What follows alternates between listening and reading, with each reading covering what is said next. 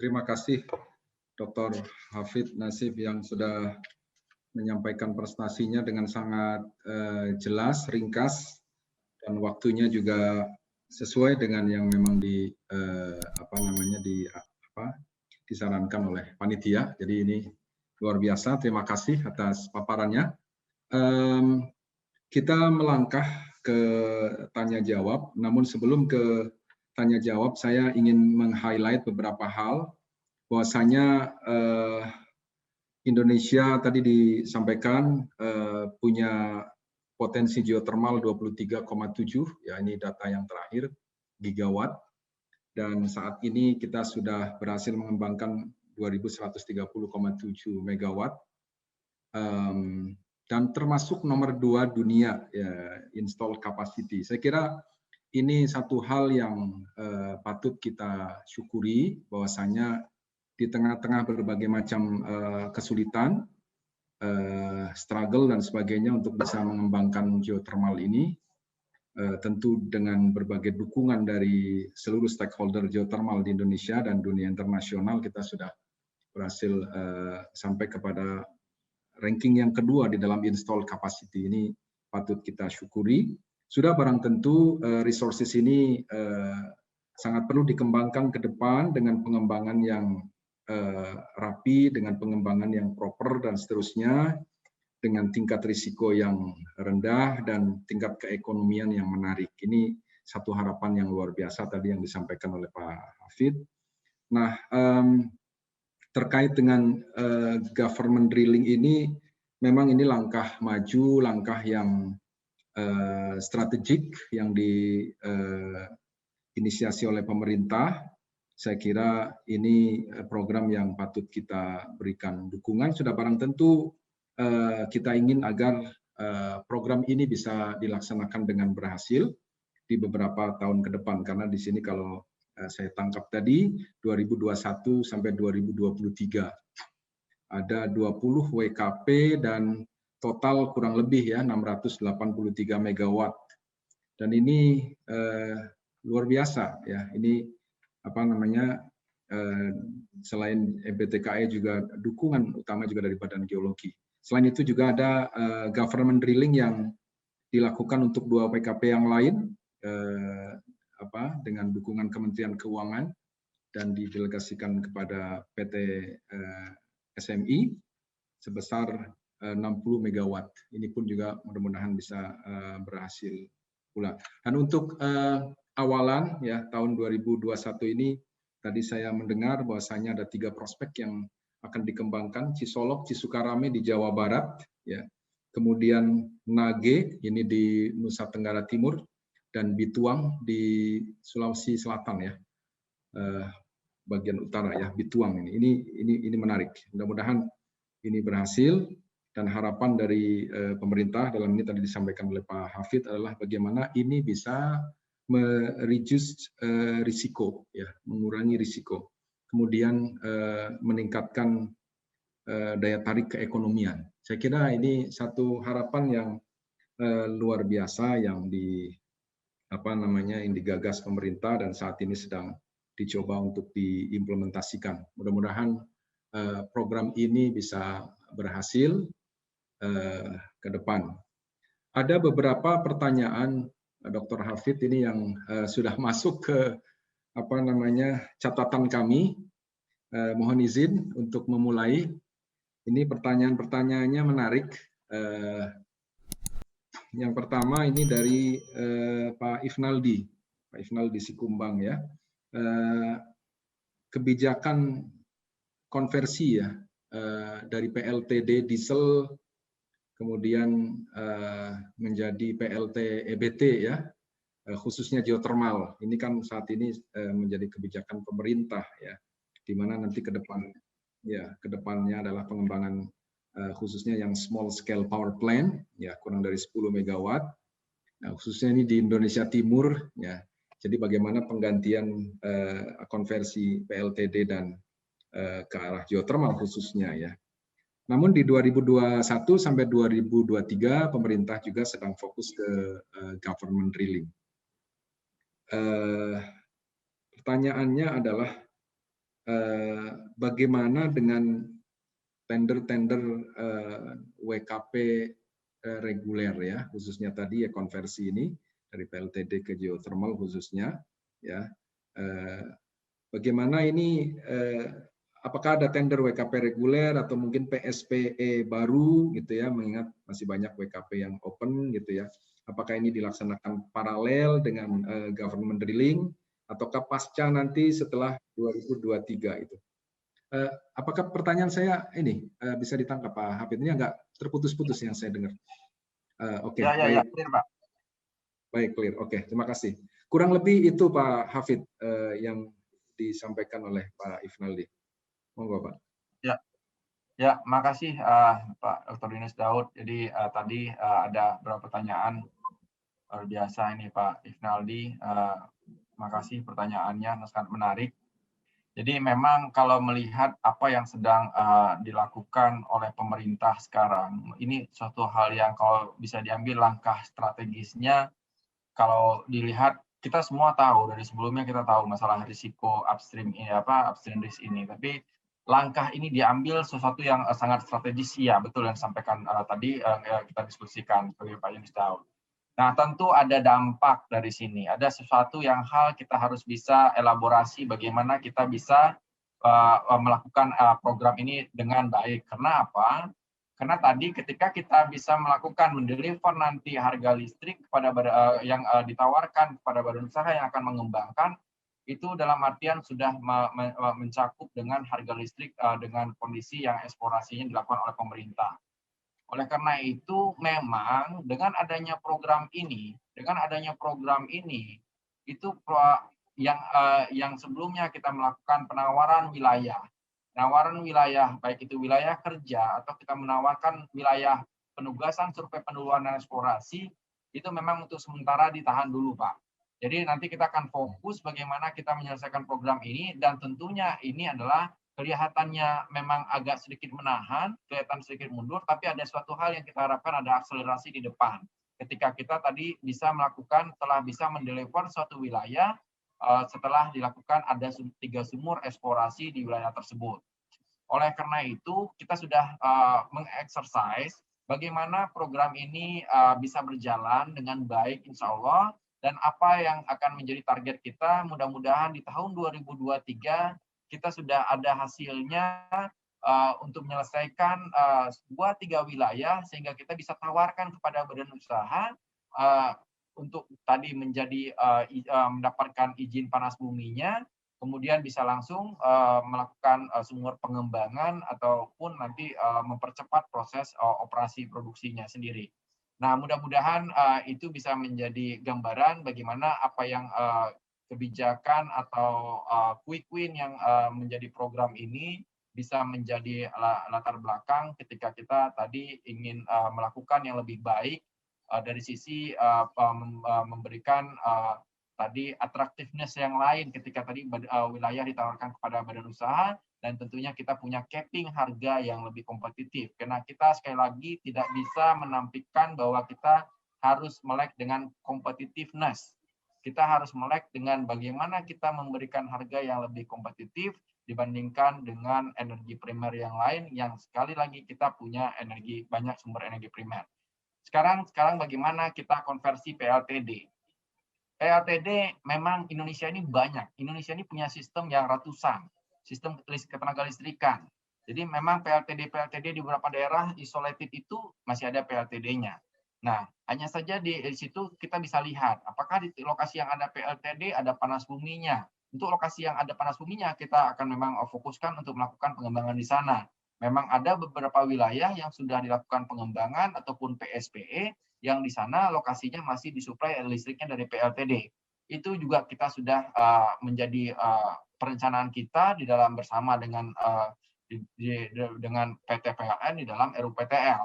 Mudah-mudahan ini bisa menjadi suatu hal yang positif tadi, bagaimana kita bisa mengembangkan energi lokal tadi, bahwa tadi energi lokal yang kita punya, kalau kita bisa lihat tadi geothermal ada di wilayah-wilayah yang mana, dan tentunya juga ada energi terbarukan lainnya di wilayah-wilayah tersebut. Dan ini yang kita lakukan mixing, bagaimana itu bisa sistem ketenaga listrikannya bisa menjadi reliability-nya bisa lebih baik. Jadi itu kira-kira. Jadi bagaimana kita bisa tadi kita sudah mendata. Di sini masih disuplai oleh energi apa? Ya kayak misalnya di Indonesia Timur. Indonesia Timur kita tadi ada beberapa wilayah yang masih listriknya masih tersedia dengan pembangkit dari diesel. Tapi kita tahu di sana kita punya panas bumi dan kita dorong bagaimana tadi kalau yang udah ada badan usahanya kita minta mereka untuk speed up bisa melakukan eksplorasi dan berproduksi dengan waktu yang singkat. Itu kira-kira Pak Yunus Daud, mudah-mudahan pertanyaan dari Pak Ifnaldi tadi sedikit banyak bisa memberikan gambaran apa yang kita lakukan ini adalah bukan sesuatu hal yang untuk memotong proses, tapi kita melihat hal yang positif, kita berhenti sejenak untuk menawarkan kepada badan usaha, tapi kita berharap ada akselerasi ketika nanti kita telah menawarkan di badan usaha ketika tahun 2023. Gitu kira-kira Pak. Baik, terima kasih Pak Hafid. Saya kira cukup jelas ya. Ini memang ada banyak pertanyaan gitu ya. Mungkin kita atur waktunya, kita sepakati Pak Hafid mungkin supaya kita coba atur jawabannya konkais dan seterusnya. Baik, terima kasih. Pertanyaan berikutnya ini komentar ya dari Pak Uum Komarudin bahwa pemboran eksplorasi oleh pemerintah merupakan langkah maju untuk lebih menarik investor atau pengembang geotermal. Faktor lain yang menentukan kelancaran pengembangan geotermal adalah masalah sosial sebagai manifestasi dari tingkat edukasi masyarakat. Ini merupakan faktor yang harus dicari solusinya oleh pemerintah sehingga pengembang tinggal nantinya melanjutkan memelihara masalah sosial yang sudah kondusif, yang sudah dikondisikan oleh pemerintah. Itu aja, Pak Hafid, silakan. Ya, makasih sekali lagi Pak Yunus. Pak Uum, ya Pak, kita tahu Indonesia tentu ini adalah suatu hal yang kita berbangga karena kita mengembangkan ini untuk energi kita sendiri gitu ya, karena kita ini adalah energi lokal. Dan tadi kita tahu bahwa kita melewati dinamika yang tidak kalah bervariasi, mulai dari kita mengembangkan di Pulau Sabang sampai dinamika yang ada di Pulau Halmahera sekalipun. Nah, tentu bagaimana tadi kalau ini adalah kesempatan dan challenge sekaligus Pak Uum ketika tadi pemerintah melakukan eksplorasi. Jadi ketika pemerintah harus melakukan eksplorasi, kita sudah tahu bahwa di situ adalah social acceptance bukan hal yang mudah. Tapi bukan hal yang tidak bisa kita bisa melakukan suatu hal yang lebih baik ketika tadi pemerintah ada kesempatan untuk kita bisa berkolaborasi dengan pemerintah daerah, dengan tokoh masyarakat, dan tentunya dengan para stakeholder yang ada di daerah. Jadi kami berharap dari approach daripada kolaborasi yang kita bangun dari sekarang bersama dengan pemerintah daerah dan masyarakat sekitar bisa menjadi referensi lebih lanjut kepada badan usaha. Tentunya kami juga akan comply bagaimana dokumen-dokumen secara legal kita penuhi. Misalnya, kita akan punya dokumen lingkungan, bagaimana kita bisa mengidentifikasi di awal, bagaimana kita harus melakukan, ya kan? Bagaimana kita harus mengelola.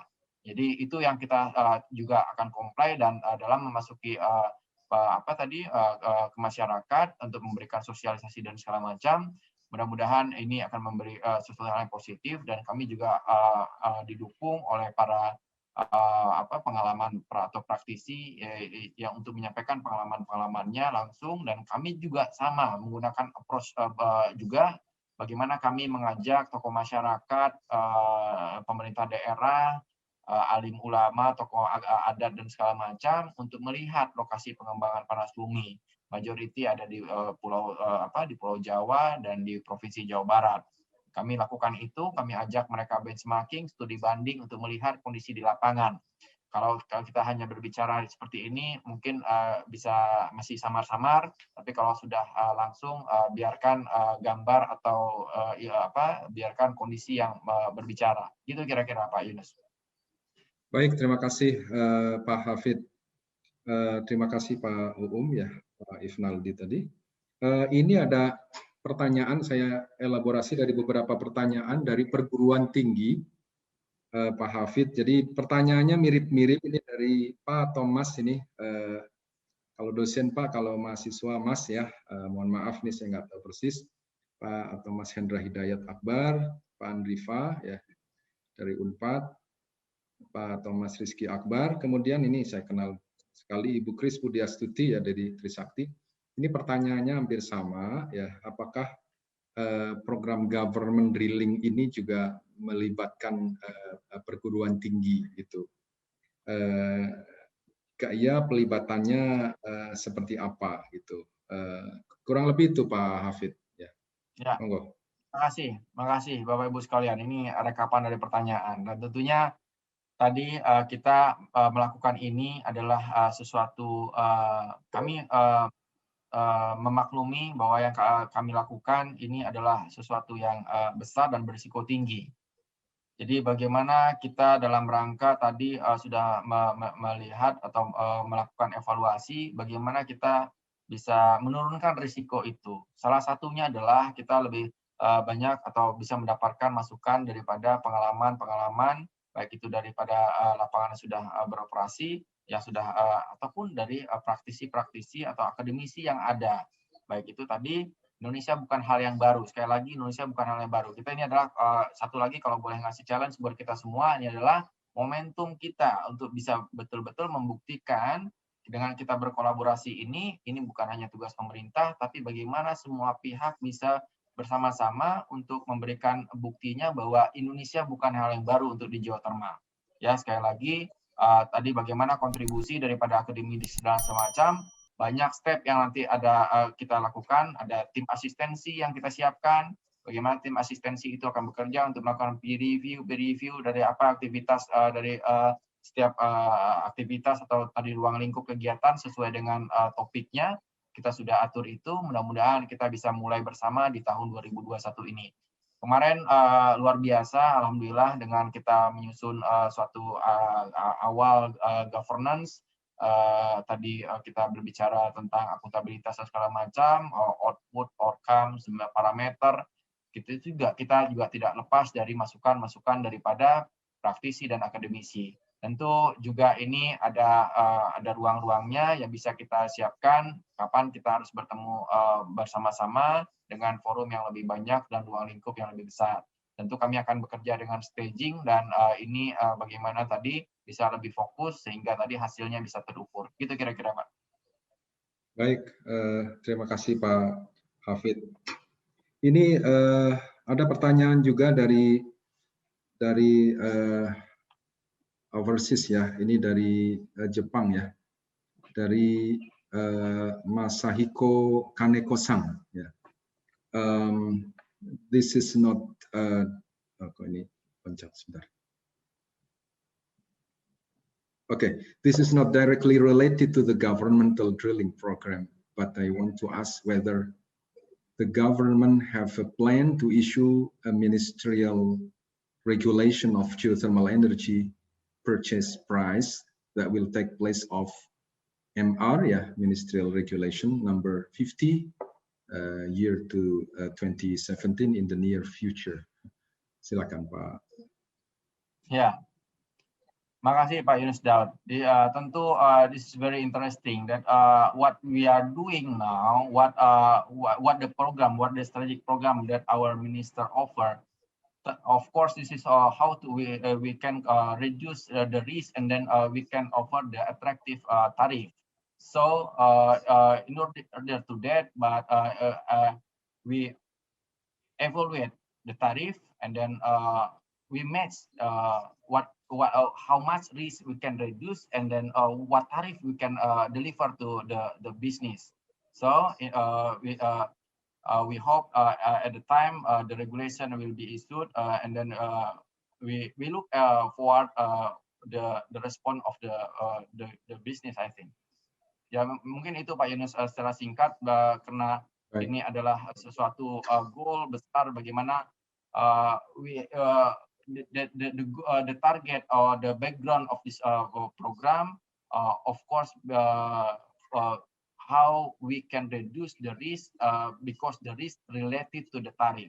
So if we can reduce the risk and then the government take the risk and then we can deliver the tariff lower from rather than we expect the return from the business. Ya. Oke, terima kasih Pak Hafid. Kita pindah lagi, masih ada beberapa pertanyaan dari Pak Karim Maulana ini. Bagaimana proses mengevaluasi area panas bumi government drilling dari 3G, well targeting, drilling, well analysis hingga FS gitu. Apakah melibatkan eksternal pemerintah, kemudian mekanismenya seperti apa ya. Kemudian ada tambahan pertanyaan ini. Ini yang pertama terkait dengan mekanisme ya, mekanisme evaluasi. Kemudian bila ternyata misalkan area yang jadi fokus geothermal government drilling ini kurang prospek misalnya, antisipasinya seperti apa untuk mengejar target capaian energi ke depan gitu. Jadi itu Pak Hafid. Yang pertama terkait dengan evaluasi, mekanisme evaluasi government drilling ini. Kemudian yang kedua bila mana satu atau beberapa gitu ya yang lapangan yang ditarget jadi government drilling ini tidak kurang prospek gitu. Terima kasih. Silakan. Baik Pak. Jadi makasih Pak. Jadi ini betul-betul pertanyaannya luar biasa dan apa yang kita lakukan adalah terus berproses. Terus berproses. Jadi untuk menjadi mekanisme dan parameter kita dalam setiap tahapan ada Pak. Jadi kita sudah mendapatkan guidance untuk bagaimana kita bisa tadi spending APBN ini bisa akuntabel. Kami harus ada acuannya dan acuan itu sudah tertuang dalam Keputusan Menteri bagaimana kita harus melakukan apa dan outputnya apa dari setiap tahapan. Jadi kita sudah siapkan itu. Jadi apa output para yang kita lakukan dan apa outputnya. Kemudian setelah kita bagaimana kita mencapai output tersebut, betul tadi kita melakukan bagaimana nanti peran dari setiap stakeholder, karena kami juga mendapat dukungan luar biasa Bapak Ibu sekalian, bagaimana semua pihak juga ingin memberikan sumbangsihnya buat negara ini dalam rangka pengembangan geothermal. Jadi kami sangat luar biasa dan sangat apresiasi bagaimana tadi kontribusi daripada para pakar, para akademisi dalam rangka untuk mensukseskan program ini. Kami akan bisa memberikan ruang-ruang nanti untuk berdiskusi lebih lanjut sehingga tadi ketercapaian daripada output yang menjadi parameter kami dalam sisi akuntabilitas, governance bisa tercapai. Terus yang kedua, yang selanjutnya adalah terkait dengan wilayah. Ya, wilayah terus berkembang, wilayah terus beriterasi. Ini akan melihat progres yang ada. Sekarang kemarin 2020 kita dash review. Kemudian di tahun 2021 ini kemarin kita sudah punya apa? Kita sudah mengevaluasi. Mengevaluasi kita sudah punya apa. Dan sekarang kita harus lakukan apa di tahun 2021. Kita lakukan sekarang. Tim sudah mulai jalan, teman-teman Badan Geologi sudah ada di lapangan dari minggu kedua Januari ini. Jadi untuk menambahkan data ini, dan segala macam. Habis dari situ bekerja semua dan di situ akan dievaluasi hasilnya seperti apa. Dari hasil evaluasi itu akan diputuskan. Tadi melalui proses peer review, ada challenge session, segala macam. Nanti bagaimana lokasi ini mau diputuskan drillingnya di mana. Apakah lanjut drilling atau seperti apa. Itu menjadi bagian nanti dalam evaluasi. Kemudian kalau ada evaluasi yang tadi dari wilayah ini menjadi suatu hal yang tidak kita harapkan, tentu juga kita sudah menyiapkan beberapa alternatif lokasi. Jadi alternatif lokasi ini juga terus kita lakukan review karena kita sekali lagi kalau boleh saya sampaikan di sini tata waktu yang kita lakukan mungkin sangat signifikan cepatnya. Karena kalau kita tahu bahwa badan usaha melakukan eksplorasi di sini adalah paling cepat 3 tahun ngebor. Ini program ditetapkan tahun kemarin, ngebornya tahun ini gitu. Jadi kurang dari setahun untuk menyiapkannya. Jadi tentu kami adalah melihat apa yang ada, kita akan terus mencari wilayah-wilayah prospek yang sesuai dengan kriteria-kriteria tadi, bagaimana kita menetapkan minimal tadi ada kelihatan 7 parameter bagaimana kita menetapkan wilayah prioritas, di situ kita lakukan penambahan data dan kita justifikasi bisa lanjut apa tidak. Itu kira-kira gambarannya Pak Yunus, mudah-mudahan tadi kita betul bekerja dalam wilayah yang ada seadanya, yang ada saat ini yang kita bisa kembangkan karena belum ada badan usahanya, tapi mudah-mudahan wilayah-wilayah itu bisa kita ranking untuk menjadi prioritas kita dalam melaksanakan pengeboran. Oke, terima kasih Pak Hafid. Ada beberapa pertanyaan lagi yang saya kira waktunya masih ada. Ini dari Mr. George Barber ini. Pertanyaannya singkat, ini agak technical related to financial. What is the estimated cost of points number 1 to number 8 on slide 5? Apakah ini perlu dijelaskan atau enggak? Silakan Pak Hafid. Ini memang sangat teknis ya, kaitannya dengan keuangan. Silakan. Ya. What I can say, thank you for the question, of course, but we know we work and then we have to take over in the limited time. So we, with the all effort, we have to all out how to deliver this program. So we know the cost, and then we all of course compare the cost that spent by the geothermal business at the time. So with that we can make this is which cost will be efficient in certain location, and then we can adjust in certain time because we have a limited time again for finishing the program. Gitu mungkin Pak Yunus, karena ini adalah sesuatu yang continuous improvement from the government also we can provide, and then we also have to make this program more efficient, and we can deliver the cost, and then we can calculate the cost to reduce the tariff at the last for the geothermal tariff that will be decided in the regulation at the last. Yeah. Ya, terima kasih. Thank you Pak Hafid. Ini ada beberapa pertanyaan, tapi mudah-mudahan jawabannya bisa agak singkat karena ini pertanyaannya nggak terlalu direct relation ya. Ini dari Pak Linkan dari Inpex ya. Pertanyaannya ini untuk partnership dengan investor asing, apakah komposisi dari badan usaha asing dan badan usaha lokal itu 95%, 5% itu sudah merupakan peraturan baku? Apakah ada kemungkinan badan usaha asing bisa mempunyai 100% kepemilikan dengan melakukan proses eksplorasi hingga pengembangan? Itu aja Pak Hafid, monggo. Ya, jadi memang itu regulasinya tentu juga kita melihat perkembangan ya Pak ya. Bagaimana kita memberikan ruang kepada tadi badan usaha nasional bisa masuk di situ. Jadi dengan tadi dengan kapasitas yang kita yang ada di regulasi, bagaimana investasi atau penanaman modal asing itu bisa masuk sebesar 95% untuk pembangkit yang dikembangkan besar dari 10 megawatt gitu kira-kira Pak Yunus Daud. Jadi malah untuk yang lebih kecil kita berharapkan kontribusi daripada lokal bisa lebih besar di situ. Nah, oleh karena itu tentu dengan 95% dari asing tadi bisa masuk sebagaimana diatur dalam peraturan presiden ya untuk terkait dengan bidang-bidang usaha apa aja dengan batasan maksimum investasi asing tersebut, itu bisa memberikan tadi keterlibatan atau kerjasama antara pemerintah dan swasta.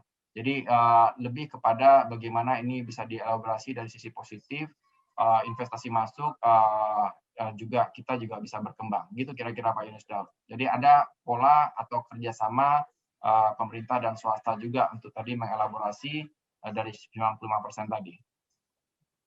Oke, baik, terima kasih Pak Hafid. Ini ada pertanyaan yang memang tidak terlalu berhubungan ya, tapi masih terkait ya. Oke. Dari Pak Gunawan Saputra, apakah ada kemungkinan untuk ke depan menggunakan wellhead power generation bagi daerah-daerah yang remote ya, dan yang saat ini masih disuplai oleh PLTD? Ini terkait dengan pertanyaan tadi tampaknya. Itu Pak Hafid. wellhead power generation. Ya, jadi untuk pengembangan ke depan, kita juga lihat tadi deras geothermal field yang kita punya adalah juga dengan cadangan atau sumber daya yang dengan ya angkanya juga nggak besar-besar ya, nggak besar-besar. Jadi dengan kita bisa semakin efisienkan penggunaan lahan, tentu bagaimana teknologi bisa diadaptasi di sini, Pak, Bapak Ibu sekalian. Jadi dengan ada adaptasi teknologi yang ada, kita bisa tadi menempatkan pembangkit di dalam wellhead ya, di dalam wellpad itu, sehingga tadi kita bisa menghubungkan energinya melalui kabel gitu ya, di transmisi. Jadi itu adalah langkah bagaimana kita bisa mengefisienkan lahan juga di situ. Jadi bagaimana itu menjadi cara untuk tadi suatu financial engineering, bagaimana kita bisa mengembangkan dengan staging, dengan bisa beroperasi dengan staging juga, sehingga tadi prosesnya lebih cepat dan bisa beroperasi lebih singkat. Gitu Pak Yunus. Baik ya, terima kasih Pak Hafid. Oke, ini lumayan banyak ya, tapi ini yang silakan dari Pak, menarik ini memang. Dari yang most related sampai yang mungkin nggak terlalu related, tapi ini bagaimanapun ya, ini karena ada pertanyaan yang masuk, kita coba untuk elaborasi sedapat mungkin. Ya ini terkait dengan apa namanya kejadian kemarin yang di Sumatera Utara ya, ini dari Pak Sylvester Haryanto, ingin bertanya apa sih kejadiannya, seperti apa, kemudian safety-nya seperti apa gitu ya. Ya barangkali Pak Hafid ada informasi yang sudah diperoleh dari lapangan. Apakah sudah ada atau belum, saya kurang tahu. Monggo Pak Hafid. Ya, ini pertemuan yang sangat baik. Makasih Pak Yunus Daud, Bapak Ibu sekalian. Sangat baik buat kita semua adalah tentu ketika kita bukan hal yang baru ya, ketika kita di sini semuanya bagaimana kita tahu dengan tahapan pengembangan, proses yang ada gitu ya. Jadi apa yang terjadi memang sekarang masih dalam tahap investigasi. Jadi kalau dari sisi prosedur, dari sisi SOP yang dilakukan oleh perusahaan atau ya bisnis entity yang ada di sana atau pengembang yang ada di sana, ya itu tentunya sudah ada guidance-nya ya. Jadi ada acuan-acuannya karena di situ harus ada standar-standar yang dilakukan. Itu sudah dilakukan. Nah, ini yang menjadi menarik adalah memang kalau kita dengar pemberitaan, kita lihat bahwa tadi badan usaha sudah melakukan dengan sangat mengikuti prosedur dan standar yang ada, dan yang kita membuat tanda tanya sekarang dalam investigasi ini adalah ketika tadi prosesnya tadi ada yang namanya H2S tadi, ketika di lingkungan kerja tadi itu tidak apa-apa oleh pekerja gitu, tapi munculnya di lokasi yang agak jauh di sana. Nah, ini tentu masih dalam tahap investigasi. Tentu hal ini membuat kita bersama untuk sekali lagi bisa merefleksikan menjadi hal yang positif bagaimana kita tadi ini pengembangan ini tahapannya sudah clear memang, kemudian kita juga melakukannya sudah dengan sangat hati-hati. Tentu apapun itu yang terjadi kita akan sangat akan detail melihatnya, sehingga nanti apapun keputusan yang dihasilkan atau hasil investigasi nanti, itulah yang akan bisa disampaikan yang menjadi bukti atau fakta yang ada di lapangan.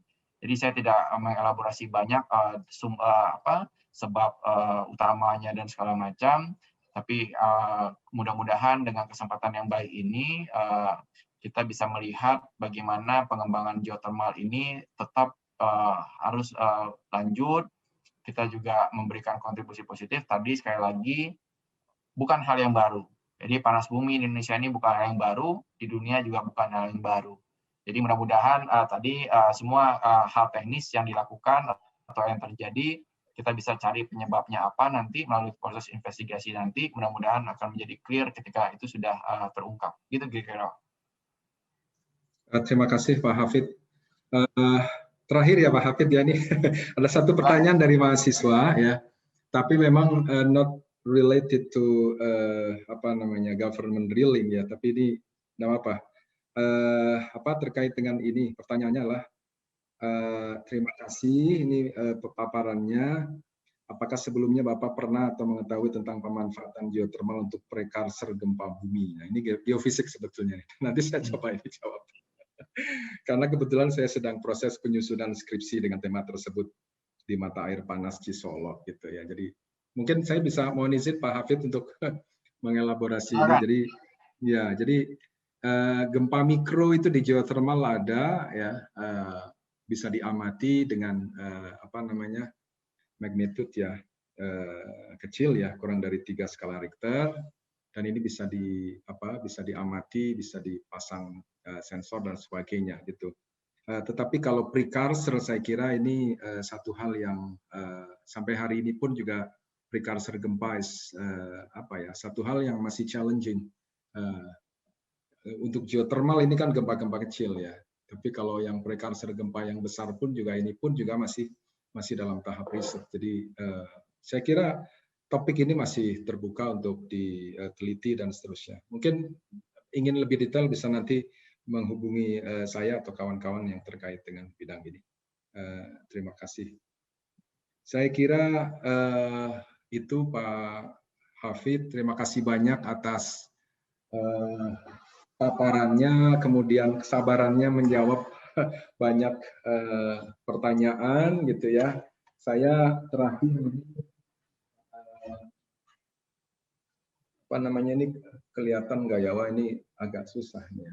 Saya sebetulnya ingin menunjukkan ini. Jadi ya kami sangat berterima kasih Pak Hafid ya. Mohon maaf karena ini ada background ya. Nanti insya Allah kami akan sampaikan ke Pak Hafid sebagai kenang-kenangan dari NK Academy. Insya Allah. Terima kasih semuanya. Terima kasih Pak Yunus Daud. Terima kasih, mudah-mudahan sukses buat kita semua. Ya, terima kasih sama-sama Pak Hafid. Kalau ada ini closing statement Pak Hafid, barangkali 1-2 statement mungkin silakan Pak Hafid sebelum ditutup. Ya, terima kasih Pak Yunus. Jadi Bapak Ibu sekalian, rekan-rekan yang sangat saya banggakan, sangat luar biasa hari ini kita bisa berdiskusi panjang lebar. Tentu dengan waktu yang sangat-sangat terbatas untuk berdiskusi kalau bagi saya, mohon Pak Yunus ya. Jadi saya memang lebih suka berdiskusi untuk bisa menyelesaikan banyak masalah.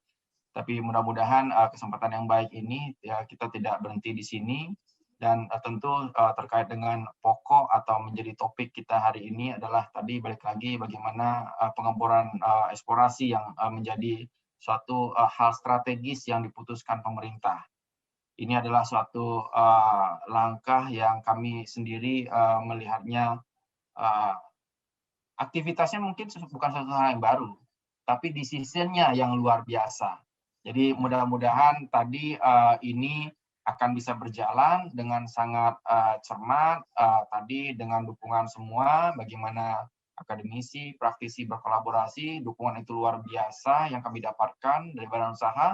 Seperti sekarang kami sudah berjalan dengan badan usaha Pak untuk melakukan akuisisi data di situ.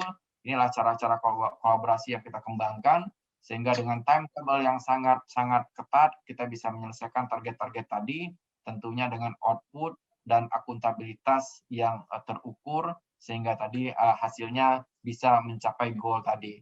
Keekonomian bisa menjadi lebih baik dan geothermal tarif bisa menjadi lebih kompetitif dibandingkan sumber energi primer yang lain. Bukan tugas yang sangat yang merupakan tugas yang kalau dibilang berat, tapi kalau kita selesaikan bersama-sama mungkin jadi ringan. Itu mungkin Pak Yunus Daud. Terima kasih sekali lagi Bapak Ibu semua. Kurang lebihnya mohon maaf.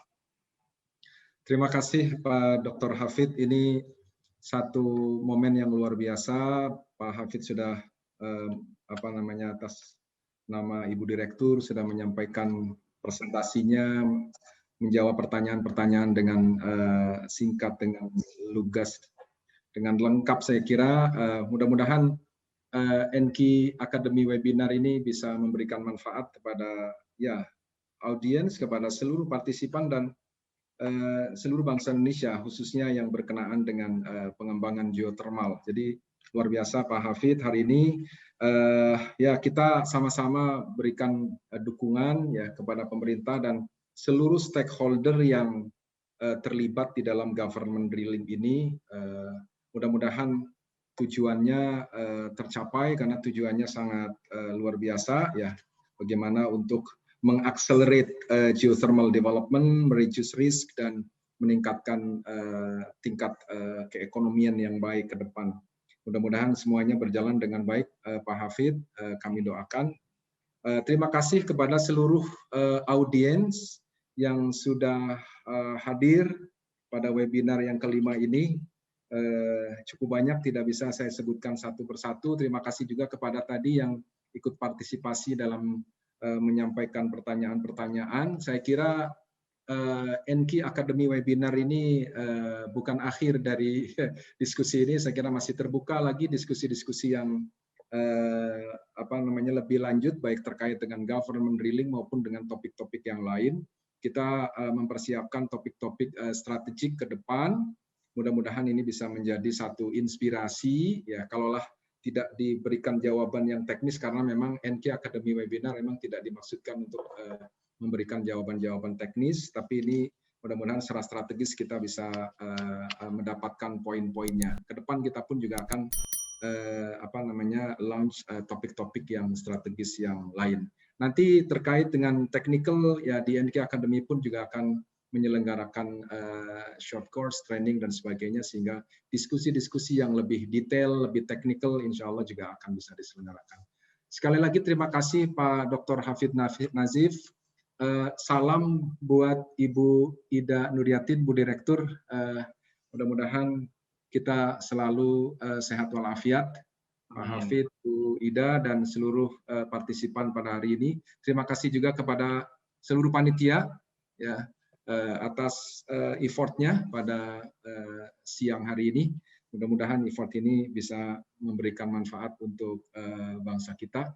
Seluruh yang hadir, baik dari nasional maupun yang internasional, sekali lagi terima kasih. Kami mohon maaf bila mana di dalam penyajian NQ Academy webinar ini masih di sana-sini ada kekurangan. Mudah-mudahan kita akan terus open-minded, terbuka, belajar sama-sama sehingga bisa sama-sama mengembangkan negeri ini bisa lebih maju lagi.